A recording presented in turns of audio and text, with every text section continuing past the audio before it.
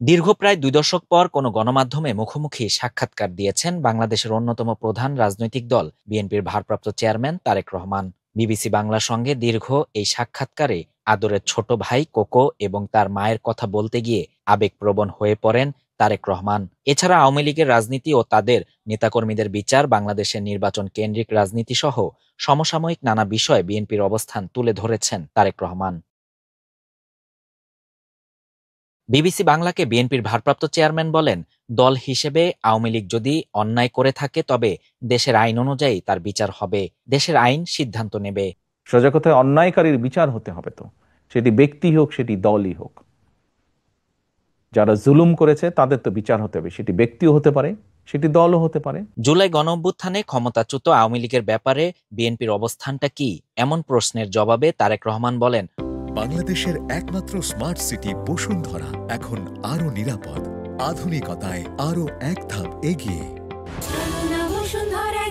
1-11 সরকারের সময় যে শারীরিক নির্যাতন আমার উপরে হয়েছিল, তারপরে চিকিৎসার জন্য আমি লন্ডনে আসি।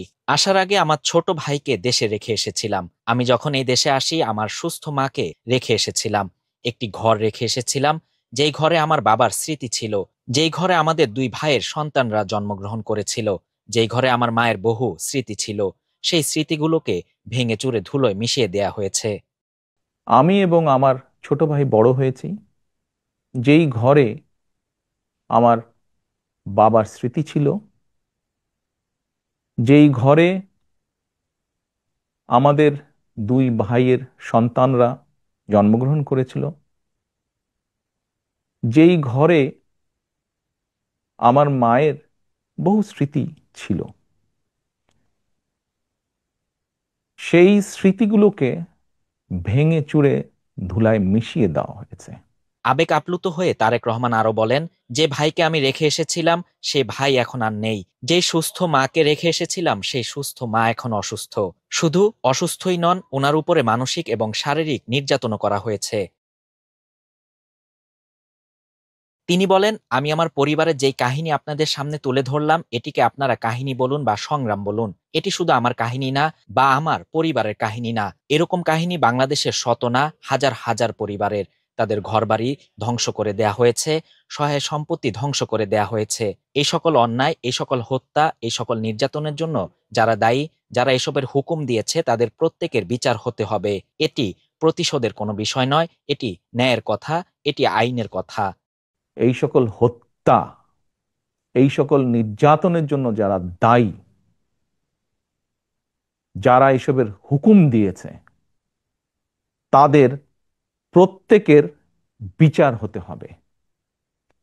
এটি প্রতিশোধের কোনো বিষয় নয়, এটি ন্যায়ের কথা, এটি আইনের কথা। আপনি ব্যক্তিগতভাবে কি মনে করেন, আওয়ামী লীগের কি বাংলাদেশের রাজনীতিতে থাকা উচিত নাকি না?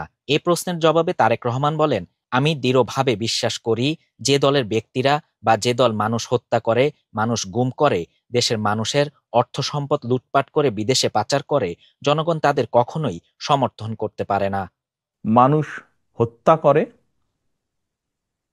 মানুষ গুম করে, মানুষ খুন করে, দেশের মানুষের অর্থ সম্পদ লুটপাট করে বিদেশে পাচার করে, জনগণ তাদেরকে সমর্থন করতে পারে বলে আমি মনে করি না।